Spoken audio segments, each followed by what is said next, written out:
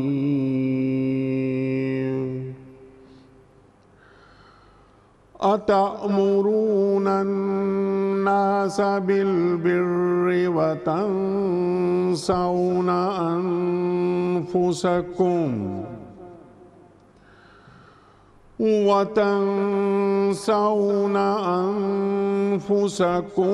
وأنتم تتلون الكتاب افلا تعقلون صدق اللہ العظیم۔ تم دوسروں کو نیکی کا راستہ اختیار کرنے کے لیے کہتے ہو مگر اپنے آپ کو بھول جاتے ہو، حالانکہ تم کتاب کی تلاوت کرتے ہو، کیا تم عقل سے بالکل ہی کام نہیں لیتے؟ صدق اللہ العظیم۔ محترم خواتین و حضرات، ڈاکٹر حبیب الرحمان عاصم صاحب کی خدمت میں، اس سے پہلے کہ ہم آج کے پروگرام کے حوالے سے پہلا سوال رکھیں، کل کے پوچھے گئے سوال کا درست جواب اور آج کا سوال آپ کی خدمت میں۔ کل کا سوال یہ تھا کہ امیر المومنین حضرت عمر فاروق رضی اللہ تعالی عنہ نے بیت المال کی بنیاد کب رکھی؟ درست جواب 15 سنہ ہجری میں۔ آج کا سوال نوٹ فرما لیجئے۔ قرآن کریم کی کس صورت میں بیان کیا گیا ہے کہ سرکار دو عالم صلی اللہ علیہ وآلہ وسلم اللہ کے رسول ہیں؟ سورہ مزمل میں یا سورہ فتح میں یا سورہ محمد صلی اللہ علیہ وآلہ وسلم میں؟ جو درست جواب آپ سمجھتے ہوں روانہ فرمائیے۔ ہمارے فون نمبرز ہیں 0092213452709۔ ہمارا دوسرا فون نمبر ہے 009221343000980۔ ہمارا ای میل ایڈریس ps@duniatv.tv، ہمارا SMS کا نمبر 3031 اور ہمارا واٹس ایپ کا نمبر ہے 009232182509194۔ ڈاکٹر صاحب ارشاد فرمائیے، یہ سورہ بقرہ آیت نمبر 44، اللہ تعالیٰ کیا فرما رہا ہے؟ مخاطبت کس سے ہو رہی ہے؟ یعنی اولین مخاطبت کس سے ہو رہی ہے؟ قیامت تک مخاطب کون کون ہوں گے؟ ہم سے کیا اللہ تعالیٰ فرما رہا ہے؟ ارشاد۔ بسم اللہ الرحمن الرحیم۔ انیق بھائی، آج جس آیت کا انتخاب آپ نے کیا ہے یہ بہت بڑی آیت اس اعتبار سے ہے جی ہاں، کہ اگر اسے سوچ سمجھ کے پڑھا جائے تو پسینے چھوٹ جائیں، انسان پریشان ہو جائے، کیونکہ جو لفظ بھی اس آیت کو پڑھنے کے بعد وہ کہتا ہے یا وہ کہنا چاہتا ہے، تو اگر اس کا دل زندہ ہے، اس کا ضمیر موجود ہے، تو ہر لمحے یقیناً یہ صدا آتی ہے کہ کیا واقعی تم بھی اس پر ایمان رکھتے ہو؟ اللہ اکبر۔ اور اپنی زندگی اور اپنے عمل کے انداز میں تم کہیں اس آیت کا مصداق تو نہیں بن رہے۔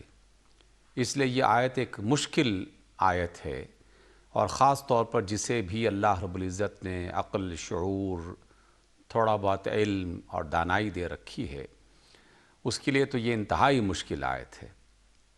اور یہ بھی بات بھی درست ہے کہ اولین جو مخاطبین تھے وہ بنی اسرائیل کے علماء اور ان کے دانشور تھے، اور خاص طور پر تورات کا علم رکھنے والے۔ اللہ اکبر، اللہ۔ اور ان لوگوں نے اپنے زمانے میں تورات کا علم حاصل کیا، تورات کی تلاوت بھی کرتے تھے، تورات کی صورت میں اللہ کی آیات ان کے سامنے موجود بھی ہوا کرتی تھیں، لیکن بعض اوقات کسی خوف کی وجہ سے، بعض اوقات کسی لالچ کی وجہ سے، بعض اوقات کسی عصبیت کی وجہ سے وہ تورات کی آیات کو یا بدل دیتے تھے، اور یا پھر ان میں سے کچھ آیات کو چھپا لیا کرتے اور کچھ آیات کو بیان کیا کرتے تھے۔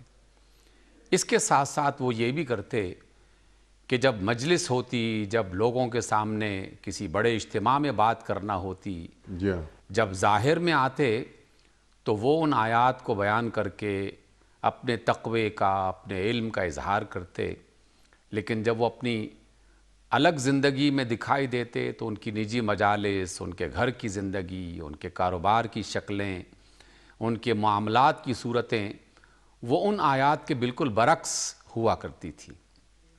اس لیے اللہ رب العزت نے بظاہر تو علماء بنی اسرائیل کو مخاطب کر کے ان کو ایک ذریعہ بنایا، لیکن جیسے آپ نے فرمایا اور بالکل بجا فرمایا ہے کہ قرآن مجید سابقہ قوموں کی صرف کہانیاں بیان نہیں کرتا، وہ تو اسے مثال بناتا ہے تاکہ قیامت تک آنے والے لوگ اس طرح کے رویے کو اور اس طرح کے کردار کو سمجھ کر اس سے اجتناب کریں، اس سے توبہ کریں۔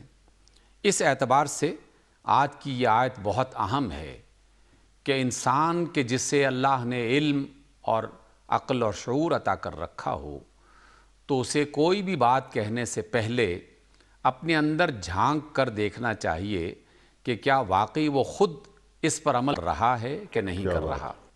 اس لیے اللہ رب العزت نے اس بات کو ایک بار نہیں بلکہ ایک سے زیادہ بار اپنی کتاب حکمت میں بیان کیا۔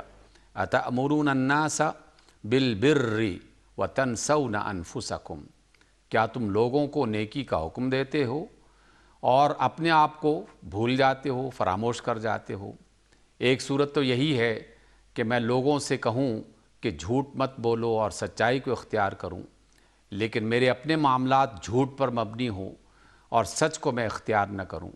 لوگوں سے کہوں کہ دیانت کی اختیار کرو اور میرے جن جن لوگوں کے ساتھ معاملات ہوں اس میں بددیانتی کرنا اور انہیں دھوکہ دینا یہ ایک معمول کی بات ہو۔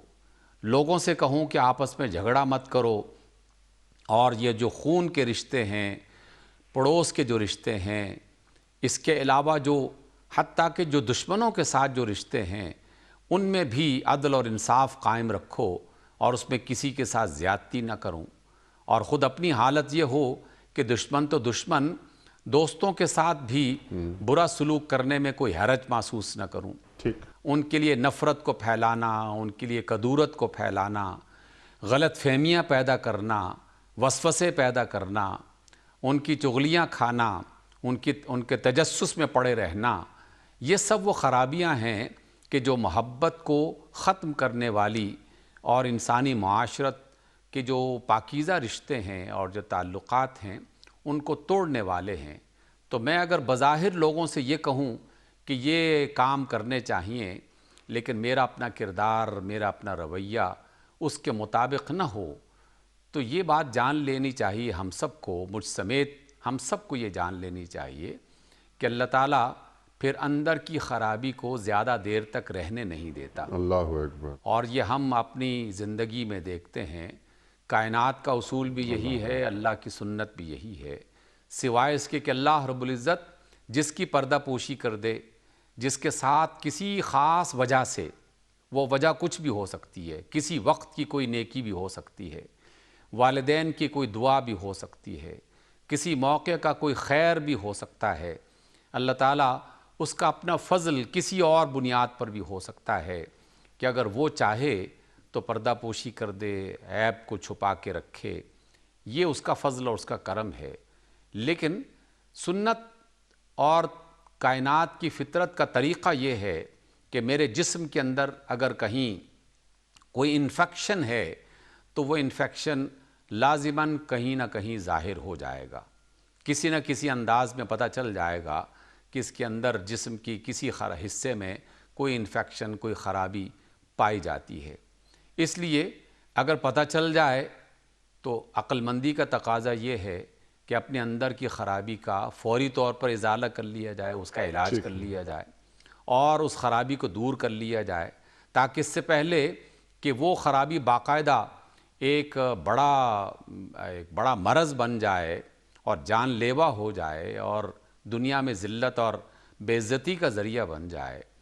اس لیے اللہ رب العزت نے اتنی سخت ناراضگی کا اظہار کیا ان علماء کے حوالے سے، ان اصحاب علم کے حوالے سے، ان دانشوروں کے حوالے سے جو جانتے ہیں بہت کچھ، لیکن ان کا اپنا کردار اور ان کی اپنی زندگی جو ہے وہ ان کے علم کے بالکل مطابق نہیں ہوتی۔ یہی وجہ ہے کہ رب ذوالجلال نے بالکل یہی مفہوم اور یہی موضوع ایک اور موقع پر ارشاد فرمایا، لِمَ تَقُولُونَ مَا لَا تَفْعَلُونَ، اللہ تم وہ بات کیوں کہتے ہو کہ جو کرتے نہیں ہو. کبر مقتا عند اللہ ان تقولوا ما لا تفعلون، کہ اللہ تعالیٰ کے نزدیک یہ بہت بڑی خرابی ہے، یہ بہت بڑی برائی ہے، یہ بہت بڑا گناہ ہے کہ تم وہ کہو کہ جو تم کرتے نہیں ہو. جی ہاں. اس اعتبار سے جب اللہ اتنا ناراض ہو رہا ہے تو آج کی آیت بطور خاص علماء کے لیے، اہل دانش کے لیے، صحافیوں کے لیے، لیڈرز کے لیے، جن کا لوگوں کے سامنے آنا اور ان کا گفتگو کرنا انہیں یہ موقع ملتا ہے، یہ آیات ان کے لیے ہیں، ہم سب کے لیے اس اعتبار سے ہے کہ ہم سب جو کہیں اسے اپنی زندگی کا حصہ بنائیں اور اس کے مطابق خود عمل کرنے کی کوشش کریں. جناب رسالت مآب صلی اللہ علیہ وسلم کی سیرت کا ایک ایک باب نہیں بلکہ ایک ایک حصہ اس بات کی گواہی دیتا ہے کہ آپ علیہ السلام نے جو بات کہی تو وہ آپ کی زندگی میں باقاعدہ دکھائی بھی دی. آپ علیہ السلام کی باتوں کی گواہی آپ کے چاہنے والوں نے، آپ کے عزیزوں نے، آپ کے قریبیوں نے، آپ کے گھر والوں نے، آپ کے اہل محلہ اور اہل شہر نے، کہ دنیا نے گواہی دی کہ یہ رسول وہ ہے کہ جو کہتا ہے وہ کرتا بھی ہے. حتیٰ کہ دشمنوں نے بھی یہی بات کہی. انیق بھائی، ہم نے آپ کے پروگرام میں کئی بار اس بات کا تذکرہ کیا کہ یہ کس قدر اہم بات ہے کہ آپ صلی اللہ علیہ وسلم کا پہلا یا اولین خطبات میں سے جو خطبہ شمار کیا جاتا ہے اور جو مختصر ترین تھا، اس کا پہلا جملہ ہی یہی تھا کہ ان الرائد لا یکذب اہلہ، کہ جو لیڈر ہوتا ہے، قائد ہوتا ہے، وہ اپنے گھر والوں سے یعنی اپنی قوم سے جھوٹ نہیں بولتا.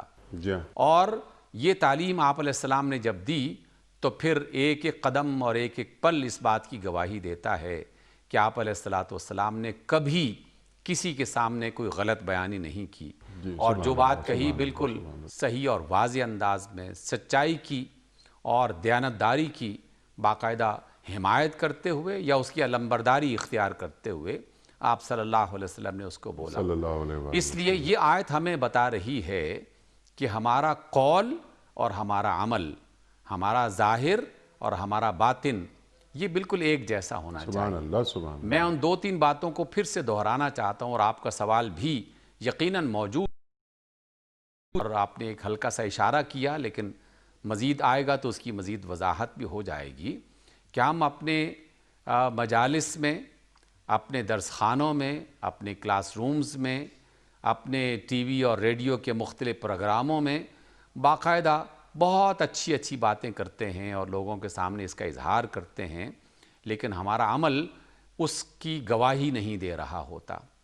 جس کا نتیجہ کیا نکلتا ہے کہ ادھر بات ختم ہوئی اور ادھر اس کی تاثیر بھی ہوا ہو گئی، وہ بھی ختم ہو جاتی ہے. اللہ تعالیٰ کسی بھی فرد کی بات میں تاثیر اس کے کردار اور اس کے عمل کی وجہ سے پیدا کرتا ہے، اس کے معلومات کی وجہ سے نہیں کہ اس کے پاس اتنی انفارمیشنز ہیں. انفارمیشن انسان کو بہت تھوڑی دیر کے لیے مبہوت کر سکتی ہیں، واہ ہو سکتی ہے، لیکن انسان کی زندگی اور اس کا دل نہیں بدل سکتی. انسان کا جو کردار ہے اس کو بدلنے کے لیے سچائی اور دیانتداری اس کو اختیار کرنا چاہیے. تو اس میں بعض اوقات بہت سادہ قسم کی بات اور بالکل کم علم رکھنے والے لوگ، ان کی کہی ہوئی بات نے لوگوں کی زندگیاں بدل دیں اور ان کے چال چلن بدل دیے اور کفر سے ایمان کی طرف لانے کا ان کے لیے راستہ ہموار کر دیا. اور اس کے برعکس بالکل ہم نے دیکھا ہے کہ بڑے بڑے واعظین، بڑے بڑے مقررین، بڑے بڑے دانشور وہ محض ایک قصہ پارینہ بن کے رہ گئے، اور لوگ ممکن ہے یہ تو کہتے ہوں کہ واہ کیا تقریر تھی اور کیا خطاب تھا اور کیا زبان دانی تھی، لیکن حقیقت میں وہ انسانوں کے دل بدلنے کے لیے مناسب نہیں ہوتی یا وہ تاثیر پیدا نہیں کر پاتی. سبحان اللہ، سبحان اللہ. ڈاکٹر صاحب، یہ بہت ساری باتیں نکل کر آئیں گی سامنے، لیکن پس منظر اس آیت کا وہ آپ نے بیان فرما دیا. اول مخاطبین یہودی علماء، اور قرآن کریم مختلف جگہوں پر جو بات ان کے، بلکہ بات کا ان کے جرائم بیان کر رہا ہے، اس میں ایک یہ بھی ہے کہ لا تشتروا بآیاتی ثمنا قلیلا، کہ تم یہ کم قیمت پر اللہ کا کلام، اللہ کی آیات کو بیچ دیتے ہو، مرضی کے فتوے کہ یہ ایک اہل ثروت میں سے ہے، امیر آدمی ہے تو اس کے لیے فتویٰ کوئی اور، ایک غریب آدمی آ گیا اس کے لیے فتویٰ کوئی اور، وغیرہ وغیرہ وغیرہ وغیرہ۔ أَتَأْمُرُونَ النَّاسَ بِالْبِرِّ وَتَنْسَوْنَ أَنفُسَكُمْ کی بات آج انشاءاللہ بہت ساری باتیں مزید ہوں گی۔ یعنی بے عمل وائز، یہ بے عمل وائز کون ہوتے ہیں؟ اور کیا اچھی بات آپ نے فرمائی کہ اللہ تعالیٰ پھر تاثیر کی برکت کو اٹھا لیتا ہے۔ یہ تاثیر کی برکت، اللہ اکبر اللہ اکبر۔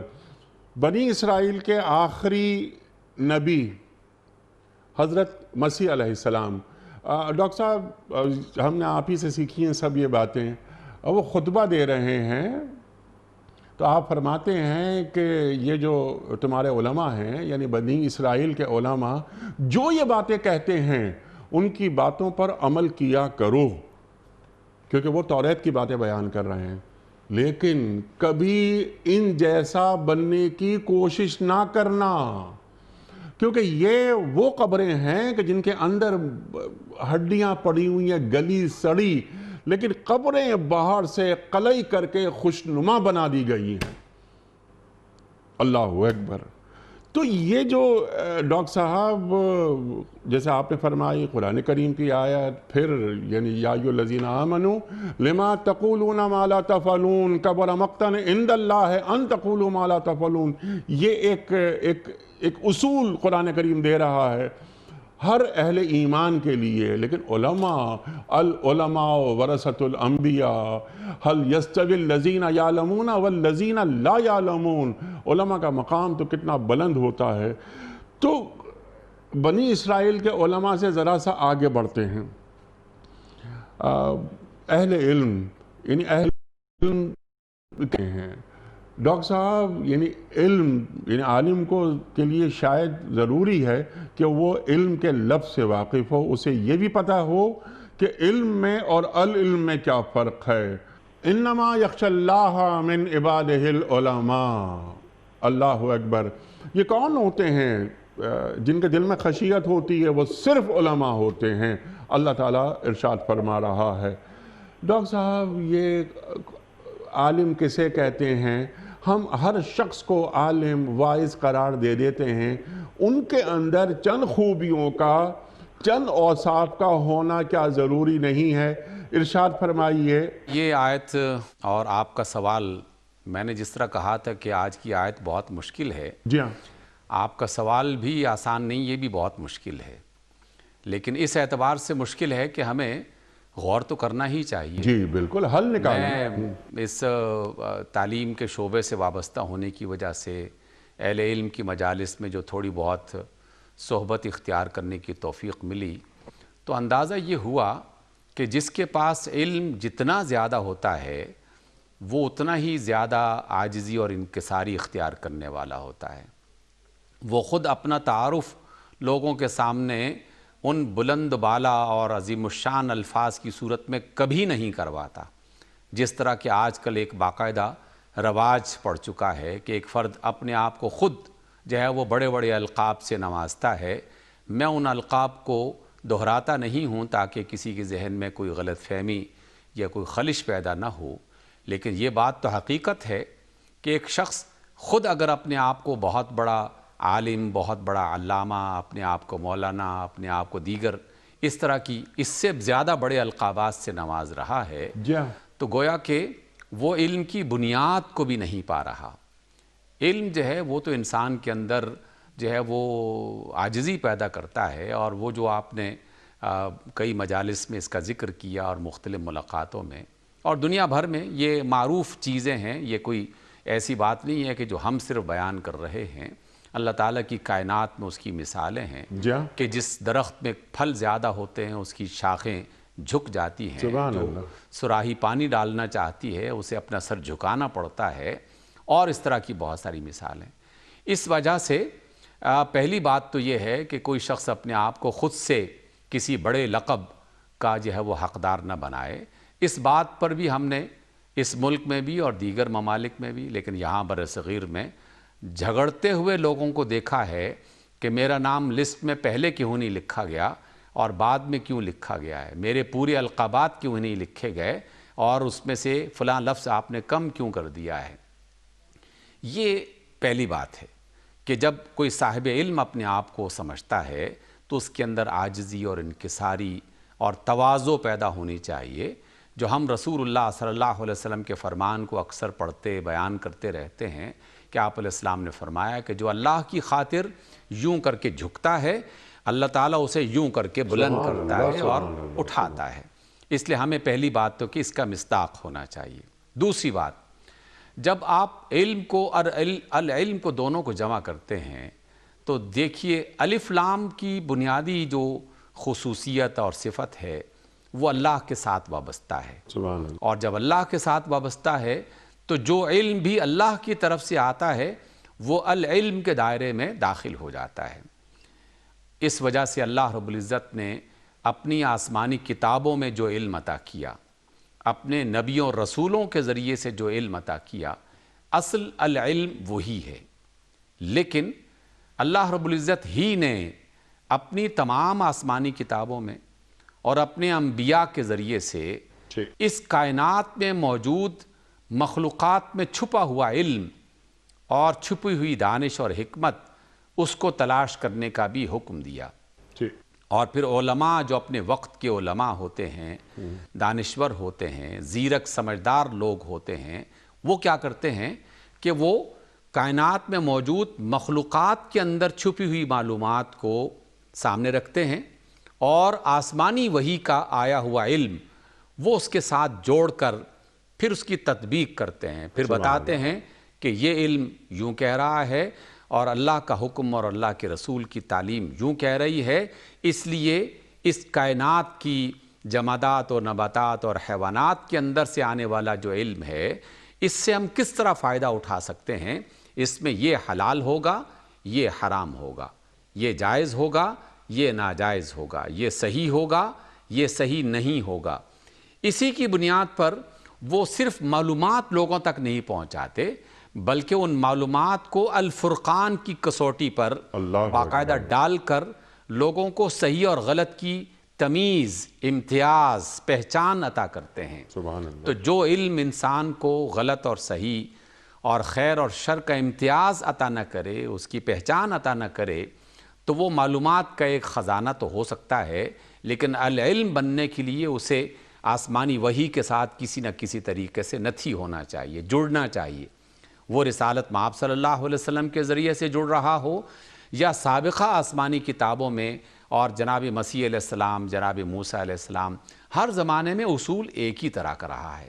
اس لیے جو اصحاب علم تھے جن حوالوں سے آج کی گفتگو ہو رہی ہے کہ اللہ تعالیٰ نے بنی اسرائیل کے علماء کی اس قدر مذمت کیوں فرمائی، 3-4 قسم کے گناہ وہ کرتے تھے، اور وہی گناہ یا غلطیاں ہمارے اس دور میں بھی اور ہمارے اہل علم بھی کسی نہ کسی طریقے سے کم یا زیادہ کر رہے ہیں۔ نمبر 1 کہ اللہ تعالیٰ کے عطا کردہ علم میں سے جب چاہا کسی آیت کو چھپا دیا اور جب چاہا کسی آیت کو بیان کر دیا۔ اللہ اکبر۔ تو اپنی مرضی اور اپنے مفاد کے لیے جو آیت اچھی لگی وہ لوگوں کے سامنے بیان کر دی، اور جہاں خدشہ محسوس ہوا، کوئی خطرہ محسوس ہوا کہ منصب چھن جائے گا، دولت کم ہو جائے گی، انعام جو مل رہا تھا وہ کم ہو جائے گا، فلاں ناراض ہو جائے گا، تو وہ جو اللہ کا حکم ہے اسے چھپا دیا۔ یا یوں کرتے کہ اس میں سے بہت ساری ایسی آیات اور احکام جس میں انسانوں کے لیے سہولت موجود ہوا کرتی تھی، وہ سہولتیں خود تو اختیار کی لیکن پبلک کو اور عوام کو بتانے سے گریز کیا، اور ان کے لیے جو شریعت بتائی وہ مشکل ترین بنا کر پیش کی، اور انہیں بار بار خوف زدہ کیا کہ دیکھو اس چیز کے بارے میں 100 احکامات ہیں، بڑی مشکل بات ہے، اس لیے ہر قدم پر ہم سے رجوع کرو اور ہم سے پوچھ کے چلو۔ جو سہولت والی باتیں ہیں وہ خود اختیار کر دیں، اور جو شریعت کی آسان باتیں لوگوں کے لیے اللہ رب العزت نے عطا کر رکھی تھیں اس میں مشکلات کھڑی کر دیں۔ اس اعتبار سے یہ خرابی پیدا ہوئی۔ تیسری خرابی یہ پیدا ہوئی کہ اللہ تعالیٰ کی عطا کردہ وحی میں باقاعدہ اپنی طرف سے کچھ باتیں شامل کر دیں، اور اس کے بارے میں یہ کہنا شروع کر دیا کہ یہ اللہ کا فرمان ہے، یہ اللہ کے رسول کا فرمان ہے، اور اس بیماری میں آج کے دور میں ہم شدید انداز میں مبتلا ہو چکے ہیں، ٹھیک، اور اس کا ذکر ہم نے کئی بار کیا اور جی ہاں، آئندہ بھی کرتے رہیں گے، جی ہاں، اس لیے کہ مرض بڑھ رہا ہے جوں جب دوا ہو، سے جوں دوا ہو رہی ہے، بالکل مرض بالکل بڑھتا جا رہا ہے۔ مرض بڑھتا جا رہا ہے۔ دیکھیے سوشل میڈیا جس قدر آسان ہو گیا اور اس کی خوبیاں اور اچھائیاں اپنی جگہ پر، لیکن اس کے اندر سے جو وائرس اور بیماریاں پھیل رہی ہیں کہ بالکل من گھڑت قسم کی احادیث، من گھڑت قسم کے اقوال، کسی قول کو سیدنا علی علیہ جی ہاں، السلام سے جوڑا جا رہا ہے، کسی کو شیخ عبدالقادر جیلانی علیہ السلام سے جوڑا جا رہا ہے، اور کچھ باتیں اللہ کی طرف منسوب کی جا رہی ہیں جو کسی قرآن کی کسی صورت میں موجود نہیں۔ اور ایک عام بیچارہ کم پڑھا لکھا آدمی جب وہ ایک عبارت پڑھتا ہے اور اس کے نیچے یہ اسے ملتا ہے کہ یہ فلاں نے کہا اور جی یہ ہاں، فلاں کی طرف سے ہے، وہ تو اس پر ایمان لے آتا ہے۔ ڈاکٹر صاحب اقبال فرماتے ہیں نا کہ خود بدلتے نہیں، قرآن کو بدل قرآن کو دیتے بدل ہیں، دیتے ہیں۔ ہوئے کس درجہ فقیہان حرم بے توفیق۔ انٹرپریٹیشن، تعبیرات میں تبدیلی وغیرہ وغیرہ، یہ بہت بڑا موضوع ہو جائے گا، ہم فوکس کر لیتے ہیں۔ سوال کی شکل میں رکھتا ہوں میں آپ کی خدمت میں ایک بات کہ یہ فرما دیجئے آپ اور تعلیم کر دیجئے ہمیں کہ دین، ہمارا دین ایک عالم دین کو کیسا دیکھنا چاہتا ہے، اس کی بنیادی ذمہ داری کیا ہے، اور کیا اس کی بنیادی ذمہ داری یہ نہیں ہوگی کہ وہ انسانوں کو جوڑ کر رکھے؟ ارشاد۔ میں علماء جو موجود ہیں، میری مجال نہیں ہے کہ میں ان سے کچھ اس طرح کی بات کہوں، وہ علماء ہیں، اہل علم ہیں، لیکن ہمارے معاشروں میں چونکہ ہر ایک خاص قسم کی شکل و شباہت رکھنے والے فرد کو عالم کہتے ہیں، مولانا کہتے ہیں، مفتی صاحب کہتے ہیں، یہ الفاظ عام کر دیے گئے بغیر یہ جانے کہ یہ واقعی اس بات کا حق رکھتا ہے کہ نہیں رکھتا۔ ٹھیک ہے، لیکن میں سمجھتا ہوں کہ جسے بھی یہ شہرت مل گئی، کسی بھی وجہ سے مل گئی، اب اس کی ذمہ داری بنتی ہے، پہلا کام کہ جس وجہ سے اسے عالم کہا گیا وہ قرآن مجید ہے، وہ رسول اللہ صلی اللہ علیہ وسلم کی سیرت طیبہ ہے، وہ آپ صلی اللہ علیہ وسلم کی احادیث ہیں۔ تو وہ عالم یا وہ فرد کہ جس کے ساتھ عالم کا، مفتی کا، علامہ کا، فقیہ کا، مفتی صاحب کا لفظ جڑا ہوا ہے، ذمہ داری بنتی ہے کہ قرآن کو اول سے لے کر آخر تک سبقاً ایک ایک آیت پڑھ کر اس کو جاننے، اس کو سیکھنے کی کوشش کرے، خود سے کوشش کرے، اپنے علماء سے سیکھنے کی کوشش کرے، اپنے شہر کے، اپنے ملک کے جو اچھے پڑھے لکھے افراد ہیں، علماء، ان کی مجالس میں جا کر اس کو سیکھنے کی کوشش کرے۔ جس فرد کو قرآن کی آیت نہ پڑھنا آتی ہو یا کسی آیت کا ترجمہ نہ آتا ہو، جس نے پورا قرآن ایک بار بھی ترجمے کے ساتھ اور تفسیر کے ساتھ نہ پڑھا ہو، آپ صلی اللہ علیہ وسلم کی سیرت کو اول سے لے کر آخر تک نہ دیکھا ہو، آپ علیہ السلام کی احادیث سے اس کی وابستگی موجود نہ ہو، تو ایسے فرد کو محتاط ہو جانا چاہیے کہ نہ وہ عالم ہے، نہ وہ مفتی ہے، نہ وہ علامہ ہے۔ اس لیے کہ جس کی وجہ سے اسے یہ اعزاز ملا ہے، اگر وہ بنیاد اسے حاصل نہیں ہے تو پھر یقیناً یہ بہت بڑی آزمائش ہوگی۔ انیق بھائی، میں یہ محض کسی ایموشنل کیفیت میں نہیں کہہ رہا، ہم اپنے معاشرے میں اس کو باقاعدہ دیگر شعبوں کے لیے اختیار کرتے ہیں۔ آپ کسی بھی شہر میں کسی ایسے فرد کی دکان یا ان کے کلینک پر کسی فرد کے نام کے ساتھ ڈاکٹر لکھا ہوا دیکھیں اور پتہ چلے کہ اس شخص نے علم طب کا کچھ نہیں پڑھا، محض چند نسخے اس نے یاد کر لیے ہیں، تو حکومت بھی اس کے خلاف ایکشن لے گی اور ادارے بھی اس کو تسلیم نہیں کریں گے اور معاشرے والے بھی کہیں گے کہ تم اپنے آپ کو ڈاکٹر نہیں لکھ سکتے، اس لیے کہ تمہارے پاس وہ بنیادی علم نہیں ہے۔ اس لیے ہم جن جن شعبوں سے تعلق رکھتے ہیں اس کا کم از کم بنیادی علم یہ لازماً اختیار کرتے ہیں، اور اس کی وجہ یہ ہے کہ لا علمی کی وجہ سے کوئی بھی غلط فتویٰ دیا جا سکتا ہے، کوئی بھی غلط بات کی جا سکتی ہے، نیت بے شک اچھی ہو لیکن کم علمی کی وجہ سے وہ فیصلہ غلط ہو سکتا ہے۔ اس لیے علاج کرنے سے اللہ کے رسول صلی اللہ علیہ وسلم نے ان اطباء اور ڈاکٹرز کو منع کر دیا کہ جن کے پاس اس شعبے کا علم موجود نہ ہو، تو دین کا علم جن کے پاس نہ ہو انہیں اس شعبے میں اگر وہ آ گئے ہیں تو پھر انہیں پوری تحقیق کے ساتھ آگے بڑھانا یہ علم پہلا کو معاملہ ہے۔ تازہ بھی تازہ بھی کرتے کرتے رہنا رہنا چاہیے۔ چاہیے، بالکل یہ بات درست۔ دوسری بات جو آپ نے 2-3 بار اس کا اشارہ کیا، اس کو واضح طور پر ہم دوہرا لیتے ہیں کہ میرے پاس اگر چند آیات کا، چند احادیث کا علم ہے اور میں پورے یقین سے کہہ سکتا ہوں کہ یہ احادیث بالکل صحیح ہیں اور مجھے جن واسطوں سے یہ علم پہنچا ہے وہ واسطہ بالکل ٹھیک ہے، میں نے اس کی تصدیق کر لی ہے، آیت بھی موجود ہے، حدیث بھی موجود ہے، تفسیر بھی موجود ہے، تو اب مجھے کیا کرنا چاہیے؟ مجھے پھر اپنے آپ کو سب سے پہلے اس آیت کا، اس حدیث کا مصداق بنانا سبحان چاہیے، اللہ، سبحان اللہ۔ اور اگر کوئی غلط فہمی ہے تو اہل علم سے، اہل دانش سے پوچھا جائے۔ اور اس میں ایک تیسری بات کا اضافہ بلکہ شامل کرتے ہوئے یہ کہنا چاہوں گا کہ دیگر شعبوں کی طرح خود دین اسلام میں بھی آیا، جناب رسالت مآب صلی اللہ علیہ وسلم کی طرف سے صلی اللہ آیا، علیہ وسلم۔ اس میں باقاعدہ درجہ بندی خود اللہ کی طرف سے کی گئی، اللہ کے رسول کی طرف سے کی گئی۔ صلی اللہ علیہ وسلم۔ کچھ باتیں ایسی ہیں جو فرض ہیں، فرض کو فرض کی طرح جاننا چاہیے، اس کو فرض کی صورت میں علم اس کا حاصل کرنا چاہیے۔ کچھ چیزیں ہیں جو واجب ہیں، کچھ چیزیں ہیں جس میں اللہ نے اور اس کے رسول نے خود اپنی مرضی سے باقاعدہ رخصت اور سہولت عطا فرمائی ہے، اس لیے جس میں سہولت ہو وہ سہولت والی بات بتائی جائے، جس میں واجب ہونے کا عمل ہو اس کو واجب کے انداز میں بتایا جائے، جو فرض ہو اسے فرض کی صورت میں بتایا جائے۔ اس لیے کسی سہولت والی نفلی عبادت کو فرض نہ بنایا جائے اور کسی فرض عبادت کو لوگوں کے لیے نفلی کام نہ کہہ دیا جائے کہ کر لو تو ٹھیک ہے، نہ کرو تو کوئی حرج نہیں۔ اس لیے باقاعدہ اس کو جو کیٹیگرائز کیا گیا ہے علم کی بنیاد پر اور علماء کی سال ہا سال کی کوششوں کی بنیاد پر، قرآن مجید اور رسول اللہ صلی اللہ علیہ وسلم کی تعلیم کی روشنی میں صرف کوشش اس وجہ سے نہیں کہہ رہا کہ لوگوں نے اس میں سے اپنی مرضی سے چیزیں کوشش کر کے تلاش کی ہیں، نہیں، جو قرآن اور سنت کی روشنی میں جو بات کہی گئی تو اس میں اس درجہ بندی کا لحاظ کرتے ہوئے لوگوں کی رہنمائی کی جائے۔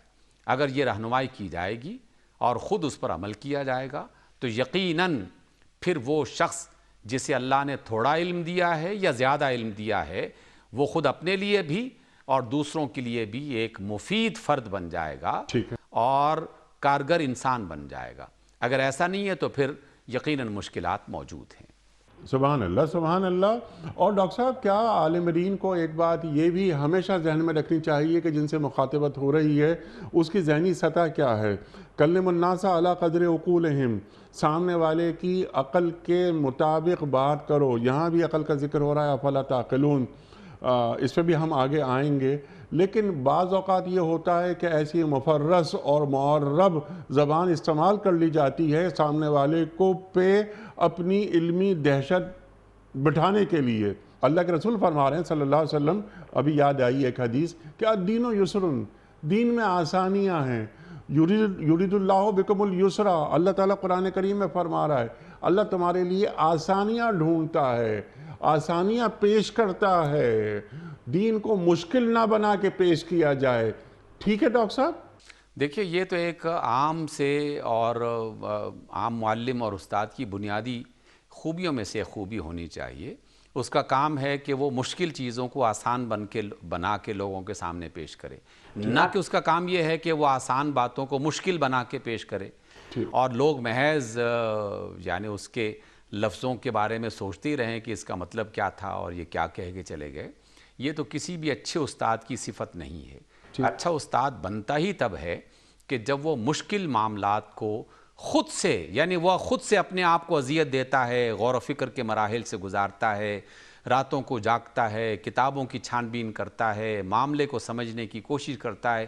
یہ ساری مشقت اسے خود پر طاری کرنی چاہیے، لیکن ان ساری مشقتوں کو اختیار کرنے کے بعد اس کی ذمہ داری بنتی ہے کہ جب لوگوں کے سامنے اس بات کو پیش کیا جائے تو آسان ترین اور اچھے انداز میں، اور جو آپ نے رسالت مآب صلی اللہ علیہ وسلم کے ایک قول کا اشارہ فرمایا ہے کہ جس طرح کے لوگ ہوں ان کی عقل، ان کے شعور، اس کے مطابق ان سے خطاب کیا جائے، بات کی جائے۔ جو بات ان کے سر سے گزر جائے اس بات کا کہنا اور نہ کہنا دونوں برابر ہیں، اس کا کوئی فائدہ نہیں ہے۔ سبحان جو اللہ۔ دل میں اتر جائے، جو بات سمجھ میں آ جائے، جس کی وجہ سے وہ اپنا رویہ بدل لے، اپنا کردار بدل لے، اپنی کسی مشکل کا حل اسے مل سبحان اللہ، جائے، تو سبحان یہ اللہ۔ اصل بات ہے۔ سبحان اللہ، سبحان اللہ۔ اچھا ڈاکٹر صاحب، کردار کی بات، گفتگو میں تاثیر کی بات آپ نے فرمائی۔ بہت ساری باتیں جو آپ نے فرمائی میں اس کو وقت بچانے کے لیے دہراتا نہیں ہوں۔ علماء کی دو قسمیں ہوتی ہیں جو ہم نے پڑھا، آپ جیسے افراد سے سیکھا، کہ علماء حق اور علماء سو۔ تو علماء سو کی فی الحال ہم بات نہیں کرتے، علماء حق۔ تو علماء حق کی بھی دو قسمیں ہیں، ایک علماء عزیمت اور علماء رخصت۔ تو عزیمت کا تعلق علماء سے کتنا ہے؟ ثابت قدمی کتنی ضروری ہوتی ہے، ڈٹ جانا کہ مجھ پہ کتنی بھی بلائیں مصیبتیں آئیں، میں عزیمت کے راستے پہ رہوں گا۔ کبھی کبھی ایسا محسوس ہوتا ہے کہ ہمارے جو علماء عزیمت ہیں انہوں نے بعض افراد نے رخصت لے لی ہے۔ ارشاد۔ دیکھیے انیق بھائی، جب ہم علماء عزیمت کی اور علماء رخصت کی بات کرتے ہیں تو اس کو بھی مزید دو خانوں میں تقسیم کرنا چاہیے۔ ارشاد۔ ایک شخص جو عالم عزیمت ہے، اس کی اپنی ذات کے لیے عزیمت کا راستہ اختیار کرنا یہ لازم ہے اس کے لیے، لازم اور لازم ہے اس کے لیے، سبحان تبھی وہ عالم عزیمت بنے گا۔ ٹھیک۔ اگر وہ کسی بات کو اختیار کرتا ہے اور جب وہ پبلک میں یا عام لوگوں میں کوئی بات کرے تو ان کے لیے وہ رخصت اور سہولت کا راستہ ان کے لیے بتائے، اور ان کے لیے جہاں، اور اس میں بھی یقیناً صورتحال کے پیش نظر انسان اس بات کا فیصلہ کرتا ہے، اور یہ حقیقت ہے۔ اور ہم بعض اوقات نہیں بلکہ اکثر اوقات اس طرح کی بہت چھوٹی باتوں کو نظر انداز کر دیتے ہیں۔ دیکھیے، جس طرح کی سچویشن ہو، جس طرح کے حالات ہوں، جس طرح کی صورتحال ہو، بات اسی کے مطابق ہونی چاہیے۔ بنیادی جو جوہر ہے وہ قائم رہے، لیکن اس سچویشن کے مطابق بعض اوقات سخت ترین موقف اختیار کرنا پڑتا ہے، اور بعض اوقات رخصت اس کو اختیار کرنا پڑتا ہے۔ عین محاذ جنگ میں، جب کہ جنگ جاری ہو، یا عین مشکل ترین وقت میں، ہر خاص و عام کو عزیمت کے راستے پر ہی چلنا چاہیے۔ اگر وہ ایسا نہ کرے گا تو اس کی مشکلات میں اضافہ ہو جائے گا۔ ہاں، جب نسبتاً آسانی ہو تو اس میں سہولت عوام کے لیے ہے، لیکن جو جتنا بڑا عالم ہے، جو جتنا بڑا لیڈر اور راہبر ہے، اس کے لیے اتنی ہی زیادہ مشکل سیڑھیاں ہیں، اسے عزیمت کے راستے پر ہی چلنا چاہیے۔ یہ بات انیق بھائی ایک صاحب نے سوال کے طور پر میرے سامنے رکھا، اور میں کئی دن تک اس پر سوچتا رہا کہ قرآن مجید میں رسول اللہ صلی اللہ علیہ وسلم کی سیرت طیبہ میں ہمیں یہ بات بالکل واضح طور پر ملتی ہے کہ جو اللہ کی نعمتیں ہیں ان نعمتوں سے بھرپور فائدہ اٹھایا جائے۔ یہ اللہ کا حکم ہے، اللہ کی تعلیم ہے، اور 20 آیتیں اس میں پڑھی جا سکتی ہیں، لیکن آپ صلی اللہ علیہ وسلم کی سیرت کا مطالعہ کریں تو گھر میں چٹائی بچھی ہے، کھانے میں کبھی ملتا ہے کبھی نہیں ملتا۔ سیدنا علی علیہ السلام کے گھر کا جائزہ لیں تو صورتحال اسی طرح کی نظر آتی ہے، اور بے شمار لوگ۔ تو سوال کرنے والے نے یہ کہا کہ یہ کیا بات ہوئی، قرآن تو یہ کہتا ہے اور آپ علیہ السلام کا عمل یہ کہتا ہے۔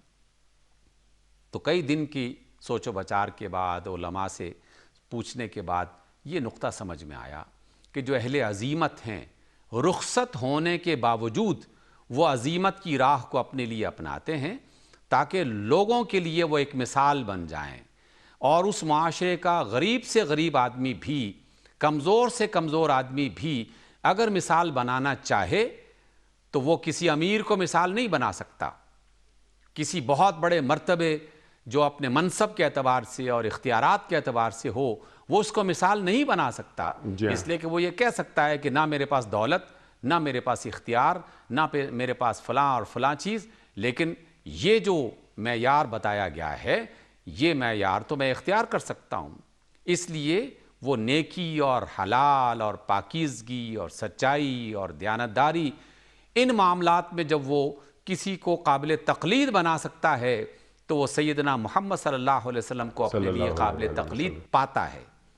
وہ سیدنا علی علیہ السلام کو، سیدنا عمر کو، اور دیگر جو اصحاب اللہ کے رسول کے تھے اور جنہوں نے دین میں اس عزیمت کو، یعنی صورتحال میں آسانی ہونے کے باوجود خود مشکل میں رہے اور لوگوں کے لیے آسانی پیدا کی تو اس کو اختیار کرنا چاہیے. اس لیے جو شخص جتنا عالم ہے اتنا ہی اسے صاحب عزیمت ہونا چاہیے. سبحان اللہ. اور اتنا ہی اس پر ذمہ داریوں کا بوجھ ہے جس سے اسے عہدہ برا ہونا چاہیے کما حقہ. اچھا ڈاکٹر صاحب، وقت ختم ہو رہا ہے پروگرام کا، آخری وقت. ابھی جو آیت جو شروع ہوئی کہ اتامرون الناس بالبر وتنسون انفسکم وانتم تتلون الکتاب، اور آخر میں افلا تعقلون، تم عقل سے کام کیوں نہیں لیتے؟ مذہبی معاملات، دینی معاملات، جیسے آپ نے بات فرمائی وحی خداوندی، وہاں پر عقل استعمال کرنے کی بات کہی جا رہی ہے، حالانکہ جب وحی سامنے آتی ہے تو عقل کو ذرا پیچھے کر دیا جاتا ہے. ارشاد. دیکھیے، جہاں جو عقل کی بات کہی جا رہی ہے وہ یہ کہ اتنا واضح قسم کا پیغام روز روشن کی طرح اللہ کی اور اس کے رسول کی تعلیم موجود ہو، لیکن پھر بھی اگر تم آنکھیں بند کر لیتے ہو، توجہ نہیں دیتے، غفلت میں مبتلا ہو جاتے ہو، تو یہ تو سراسر بے عقلی اور ایک طرح کی بے شعوری ہے. اس کو تمہیں اختیار نہیں کرنا چاہیے. دیکھیے، یہاں عقل سے مراد وہ بحث نہیں ہے کہ جس میں عقل اور اللہ تعالیٰ کا حکم اور اس کے درمیان میں کیا مماثلت ہے، کہاں پر تضاد پایا جاتا ہے، کہاں پر نہیں پایا جاتا، کس طرح کی قربتیں ہو سکتی ہیں. یہاں ایک سمپل انداز میں یہ بات کہی گئی کہ اتنا واضح پیغام آ جانے کے باوجود تم وہ بات کہہ رہے ہو کہ جس کا انکار تمہاری اپنی ذات، تمہاری اپنی شخصیت، تمہارا اپنا کردار کر رہا ہے، تمہارا اپنا طرز عمل کر رہا ہے. دیکھیے انیق بھائی، کیا ہم یہ روزمرہ نہیں دیکھتے؟ بعض اوقات ہم سے بھی اس طرح کی تھوڑی بہت غلطیاں ہو جاتی ہیں، لیکن بڑے بڑے افراد جو زیادہ بڑے لیڈرز ہیں ان کی طرف انسان کی توجہ زیادہ جاتی ہے.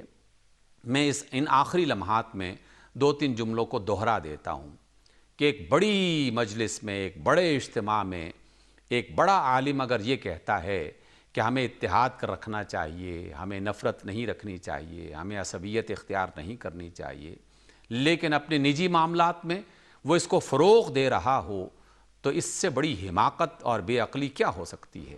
اسی طرح کوئی سیاسی لیڈر وہ 2-3 کروڑ کی گاڑی سے اتر رہا ہو اور آگے پیچھے بے شمار لوگ ہوں اور سٹیج پر آ کر لوگوں کو سادگی اور سادہ زندگی بسر کرنے کی تعلیم دے رہا ہو، تو اس سے زیادہ بے عقلی اور بے شعوری اور کیا ہو سکتی ہے؟ اور اس طرح کی بہت ساری مثالیں اپنے سامنے رکھنی چاہیے. جو شخص جتنا بڑا ہے اس کی ذمہ داری اتنی ہی بڑی ہے. اور اسی وجہ سے میں تو محض ایک معلم ہونے کے ناطے سے اپنے معلم دوستوں سے یہ کہتا رہتا ہوں کہ ایک استاد کلاس میں اس کے سامنے اگر 40 اسٹوڈنٹس موجود ہیں تو اس کی صرف 2 آنکھیں 40 بندوں کو دیکھ رہی ہیں، لیکن 80 آنکھیں اس ایک فرد کو دیکھتی ہیں. سبحان اللہ. یہی صورتحال آپ لیڈرز میں، علماء میں تقسیم کر کے دیکھ لیجئے. کسی فرد کو لاکھوں آنکھیں دیکھ رہی ہیں، کسی کو ہزاروں آنکھیں دیکھ رہی ہیں، کسی کو سینکڑوں آنکھیں دیکھ رہی ہیں. تو ایسے افراد کو تو بہت زیادہ کانشیس ہونا چاہیے، اپنی ایک ایک بات کا لحاظ کرنا چاہیے، ایک ایک چیز کا خیال رکھنا چاہیے. اسی وجہ سے اہل علم جو اہل تقوی بھی ہوا کرتے تھے، کاش کہ اہل علم اہل تقوی بن جائیں اور اہل تقوی اہل علم بن جائیں. اس کا تقوی کا اور علم کا جہاں جوڑ ہوگا وہاں پر اللہ تعالیٰ کی رحمتیں، اس کی برکتیں، اس کی طرف سے عظمتیں انسان کے حصے میں آئیں گی. جہاں تقوی کسی چیز کا نام ہو اور علم کسی اور چیز کا نام ہو تو وہاں وہ تاثیر ختم ہو گئی. بہت اچھی بات، بہت زبردست نقطہ آپ نے بیان کیا. ڈاکٹر صاحب بالکل یہ آخری لمحات جاری ہیں پروگرام کے، ورنہ اس نقطے پہ بھی تفصیلی بات میں آپ سے کرواتا کہ اہل تقوی الگ اور اہل علم الگ. یہ کیسے ممکن ہے؟ اللہ اکبر. اللہ اکبر. تو علم کے بغیر دین، یعنی اہل تقوی کے پاس علم نہ ہو یہ کیسے ممکن ہے؟ اور اہل علم کے پاس تقوی نہ ہو یہ کیسے ممکن ہے؟ پورا اسلاف ہمارا پورا جو 1500 سال ہمارے ہیں، ہم اکثر ایک بات یہ عرض کرتے ہیں کہ یہ دین کل نہیں آیا. ہمارا ایک بہت ہی زرخیز ورثہ ہے، ہمارا ایک بہت تابناک ماضی ہے. ہم اگر اس وقت کمزور ہیں تو اس کی وجہ ہماری اپنی غلطیاں ہیں. ہم اتنے کمزور نہیں تھے. خاص طور پہ ہمارے نوجوان، ہمارے بچے بچیاں ذہنوں میں بہت سی باتیں لاتے ہیں یہی مسیحی بھائی، یہی یہودی یہ بھی آتے تھے پڑھنے کے لیے ہماری ریاستوں میں اور پڑھ کر جاتے تھے۔ علم ان کے پاس آیا اور ہم پیچھے رہ گئے، لیکن ہمیں علم حاصل کرنا ہے اور علماء کو اپنا کردار نبھانا ہے، ادا کرنا ہے، جیسا کہ ڈاکٹر صاحب نے تعلیم فرمایا۔ ڈاکٹر صاحب میں آپ کا بڑا شکر گزار، آپ تشریف لائے۔ بہت ساری باتیں خواتین و حضرات مزید ہو سکتی ہیں، بہت بڑا موضوع، لیکن وقت محدود ہے۔ انشاءاللہ کسی اور وقت ڈاکٹر صاحب سے یا کسی اور مہمان سے بات کروائیں گے کہ علماء کی ذمہ داریاں کیا ہیں۔ انسان کو قریب لایا جائے، کائنات کو فتح کیا جائے، یعنی تسخیر کیا جائے ان اصولوں کے مطابق جو قرآن کریم بیان فرما رہا ہے۔ العلم مخافت اللہ، اللہ کے رسول فرماتے ہیں صلی اللہ علیہ وآلہ وسلم، علم کیا ہے؟ علم خدا خوفی کا نام ہے۔ تو خدا خوفی کیا ہے؟ انما یخشی اللہ من عبادہ العلماء پہ ہی بات ہوئی۔ خواتین و حضرات، کوئز۔ کل کا سوال یہ تھا کہ امیر المومنین حضرت عمر فاروق رضی اللہ تعالیٰ عنہ نے بیت المال کی بنیاد کب رکھی؟ درست جواب 15 سنہ ہجری میں۔ آج کا سوال نوٹ فرما لیجئے۔ قرآن کریم کی کس صورت میں بیان کیا گیا ہے کہ سرکار دو عالم صلی اللہ علیہ وآلہ وسلم اللہ کے رسول ہیں؟ سورہ مزمل میں یا سورہ فتح میں یا سورہ محمد صلی اللہ علیہ وآلہ وسلم میں؟ جو درست جواب آپ سمجھتے ہوں روانہ فرمائیے۔ ہمارے فون نمبرز ہیں 0092213452709۔ ہمارا دوسرا فون نمبر ہے 009221343000980۔ ہمارا ای میل ایڈریس ps@duniatv.tv۔